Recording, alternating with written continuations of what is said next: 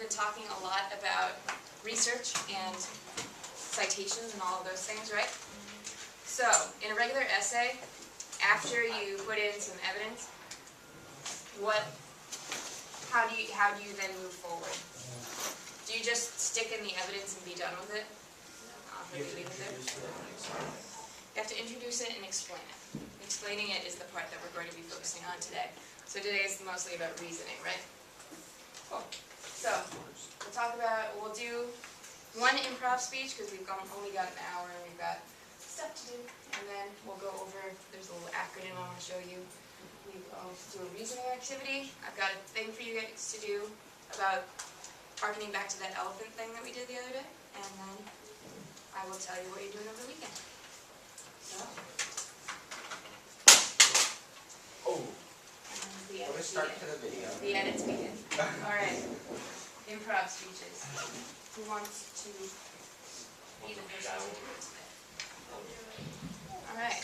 Jillian's going to be the first one. Wait, I thought it was supposed to be like Kate and Ryan. Yeah, but Ryan is not here. Kate's here. She doesn't want to do it. Don't be right under the bus. Okay. Okay? Okay. Wait, what's Okay. Okay. You'll find out. And remember, we are listening for fillers and for her having a beginning, middle, and end.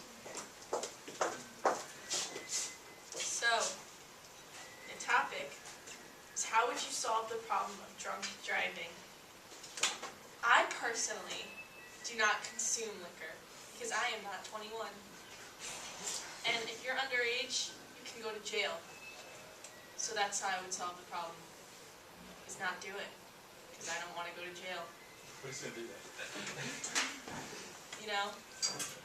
I'm just not a fan of jail.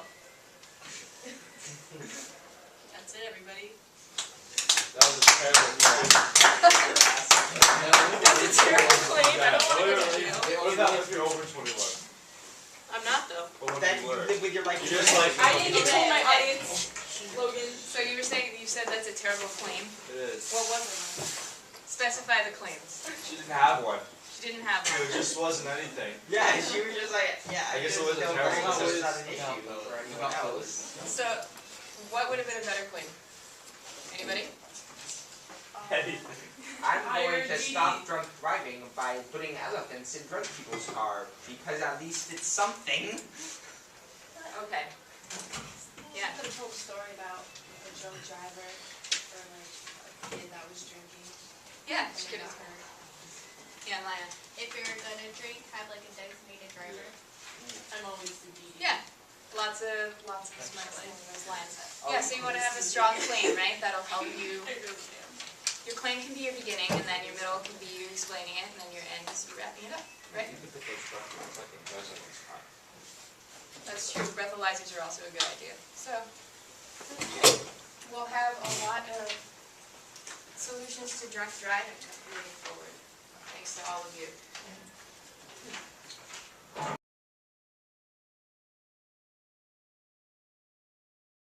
Georgina, would you read reasoning by sign for me? When you see this being your son, determine validity. Oh, It's all good. Validity. Which you know. Of your argument to a certain extent. The strength of this argument depends on the strength of the sentence. Of course, one needs to be careful of stereotypes or false assumptions. Example. Late at night, the car was wavering back and forth between the lanes and nearly headed off the road. Therefore, it's likely that the driver is drunk. Okay. Another assumption. So, reasoning by sign. Reason by sign by me? Jillian.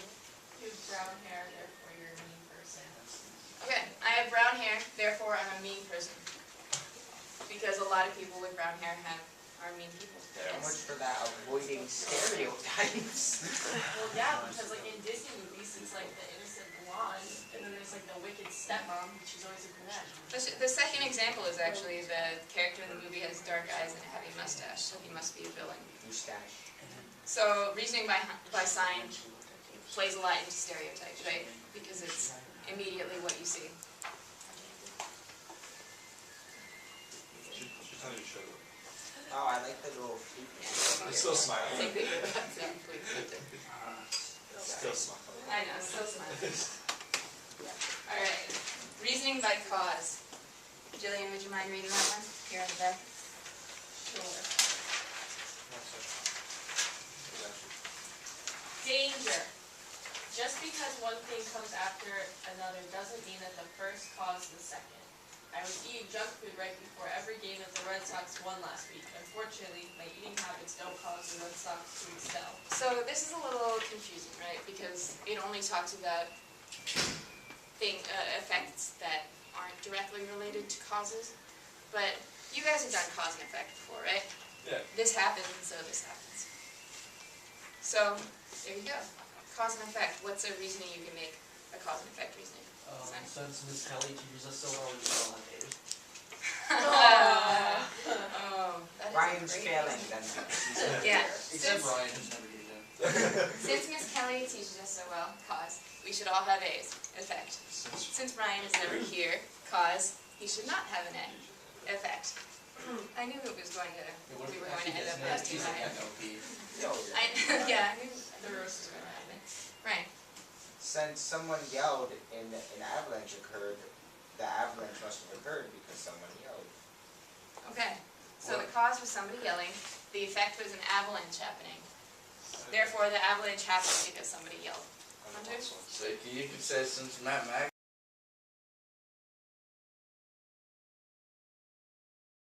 Take 1 minute.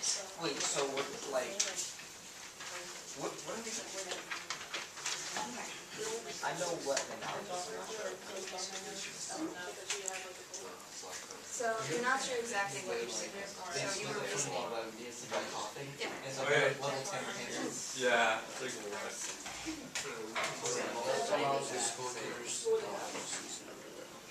You're reasoning what you're sick with, right? Hard to say.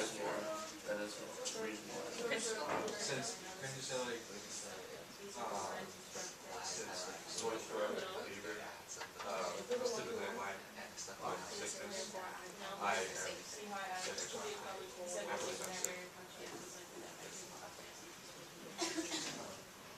You got it? You guys? Will presents with Generalization. This is since I have a sore throat fever, my nose stuffed up.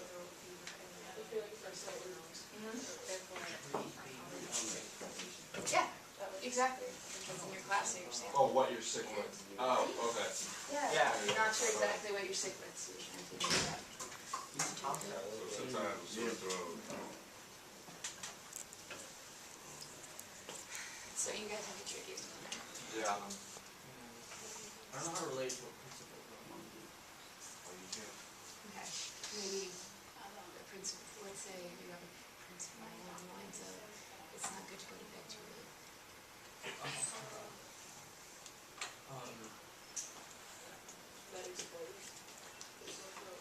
Okay, Oh wait, there's one. so it's been a minute, you guys are still thinking, but we'll hear the experts. Actually, we'll start over here this time. So, analogy. Throat presents with a sore throat, a fever, and my nose stuffed up, and since my throat is stuffed, or since I have a sore throat, a fever, and my nose stuffed up, I also have strep throat. Right, so people with strep throat have a sore throat, a fever, and a stuffed up nose. So, I must have a fever, or I must have strep throat because I have all of those things. Alright, how about you guys? What's the generalization? The kids in the class, they sore throat, fever, and a stuffy nose. Yep. Yeah. Therefore, I probably have the same thing. Yep, the kids in your class have a sore throat, a fever, and a stuffy nose, therefore I probably have the same thing. So the kids in the class are the group that we're referencing, and you are you. Alright, so principal. Tough one. Since I didn't shower or get any sleep, I got a fever. Alright, since I didn't shower or get any sleep, I got that sore throat, fever, and a stuffy nose. So the principal is showering every day, right? And doing what he needs to do. And final. Oh, God. Expert opinion. The doctor said that because I had a sore throat, fever, and my nose is stuffed up, that I had the common cold. Right, so the doctor said because I had all of those things, I had the common cold, therefore I had the common cold.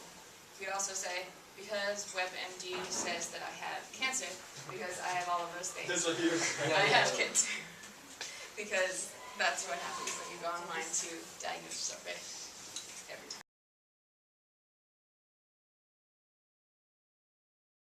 Do we want to take 2 more minutes on this, or do we not want to talk about it right now?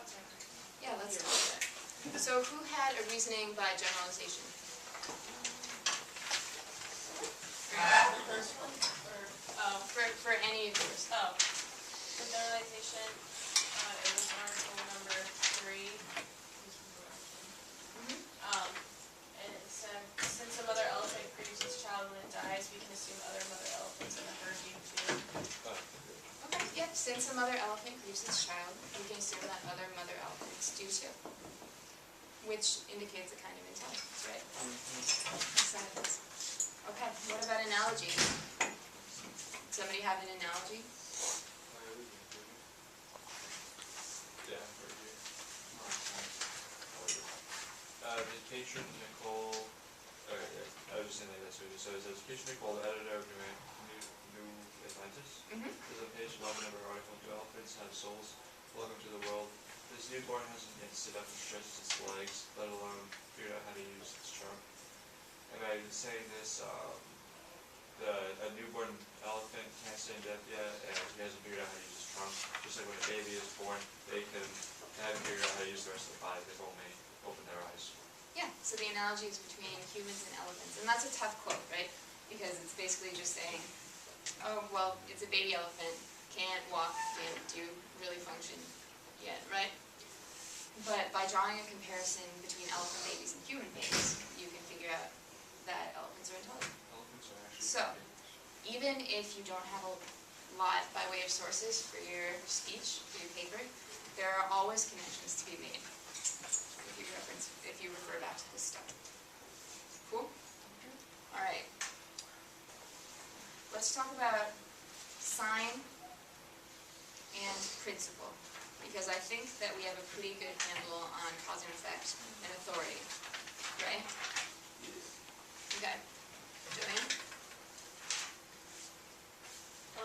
Article 5, we said, since we generally believe that being aware of oneself is intelligent, elephants being able to see themselves in mirrors and intelligence.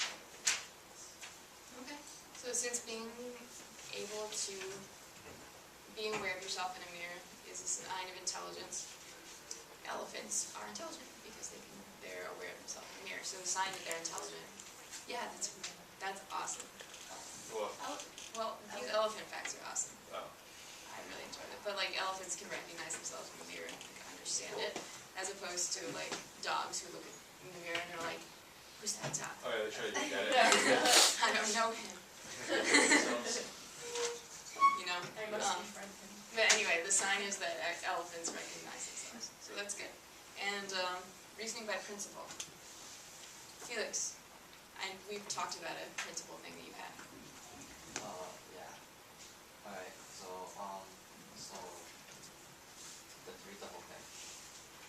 Read your reasoning.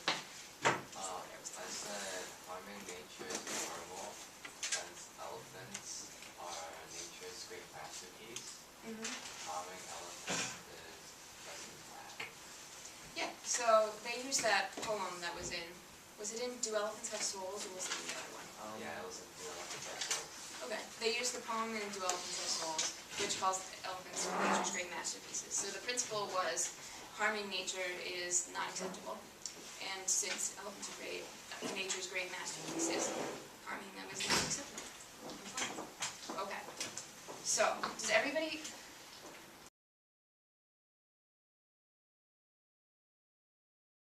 Still doesn't exist. Alright. Just drop out when I come back. Alright, so one more time, when is your full sentence outline due? Tuesday. Tuesday. End of the day Tuesday. Okay, End of the day Tuesday. because we're going to. Yeah, it's going to be the end of the class. End of class. End of class. Oh shit. Sorry. So, you'll have Monday's class in the library, Monday's class in the library to work on it. You'll have Tuesday's class in the library to work on it as well. And at the end of that channel, it will be due. So if you work on it over this weekend and you want me to take a look at it, I have no link, so I will be around. Yeah, like, I think I accepted that a long time ago. Like when I sent you that email at like 9 o'clock at night about the rhetorical devices. This is what you do, is you're actually out searching.